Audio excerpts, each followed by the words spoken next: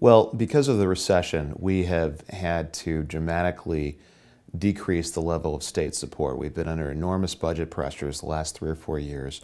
And whereas the state for many years was shouldering almost 60 to 70% of educating students in our state public higher education institutions, we have now seen that shift from about 65 or 70% state support down to 30 or 35%, depending on which institution you're at. And what that has resulted in is higher tuition and increased student debt and student loans for students coming out. And I think, and many of my colleagues think, that is not the right way to go for the state of Washington. We've got to do a better job at holding the line on tuition and reasserting the state and the public role in higher education as a public good. There is a value for us in supporting these institutions with the public money. This is something that is good for the state of Washington, for our economy, and for the education of all of our citizens. Well, we have a number of proposals that are coming together sort of as one package. And Senator Colwell's and myself are first going to promote the option that the presidents of the 6 four-year institutions have laid out for us, which is in exchange for increased funding this session, this 2-year cycle, they will hold the line on tuition increases, and we think that is got to be a start.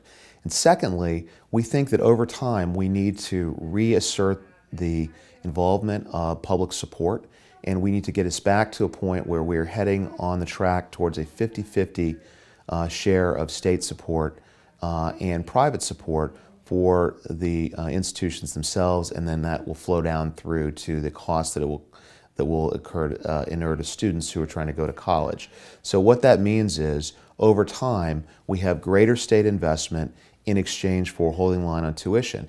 Now, how would we do that? What we would try to do is incentivize the institutions with some things that we've already passed in law to make sure that they are working to promote the economic policies of the state by encouraging getting students through the system, more science and math degrees, and also holding the line on tuition. It would sort of be like a race to the top for the higher education institutions.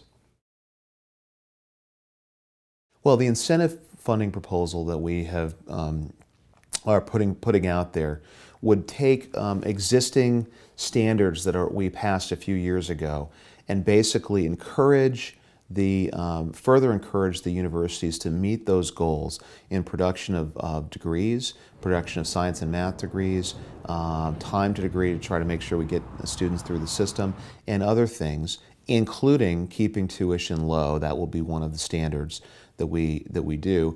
And for those institutions that meet their metrics, these metrics that are basically set in ways that they will be competing against themselves to meet their own metrics, we will reward them with additional funding. And if they do not meet those standards, then the money would revert back into a fund that would go out to need grant or to financial aid for students in Washington. So the idea is they keep tuition low and they meet some of the other goals that we have in our policy in this state. And to do so, we incentivize them with additional dollars. But if they don't meet those standards, then the money goes back and we still get it out to students and into the system to prevent them, to help them manage their education. Our goal is to hold the line for middle-class families in the state of Washington in terms of their tuition.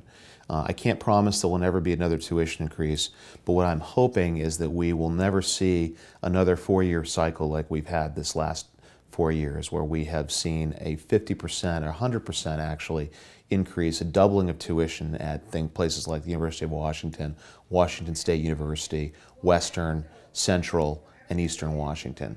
That has been a bad thing for students and their families, for people that are in the middle class. They've seen their student loan burdens go up and their family debts go up as they try to put their kids through college. And my hope is that with a program like this, where we reprioritize and re-incentivize the investment of our public dollars in these institutions, that we can force the institutions to hold the line on tuition. That's how we're going to help the middle class. Well, let me just say this about GET. Our view on GET, the view of the Senate Democrats, is pretty simple. We're going to mend it and we're not going to end it. And the Republican majority in the state Senate has indicated that they want to end the program. This has been a great investment for middle-class families, and I reject the notion that many have made that this is something only that upper middle-class families have been investing in. That is just not true. Just the other day, I had a student in my office who was lobbying me from Western Washington. His mother is a high school teacher, and his dad is a community college teacher. Solidly middle-class family that used the GET program to save, and he is paying for his entire education at Western Washington with no debt.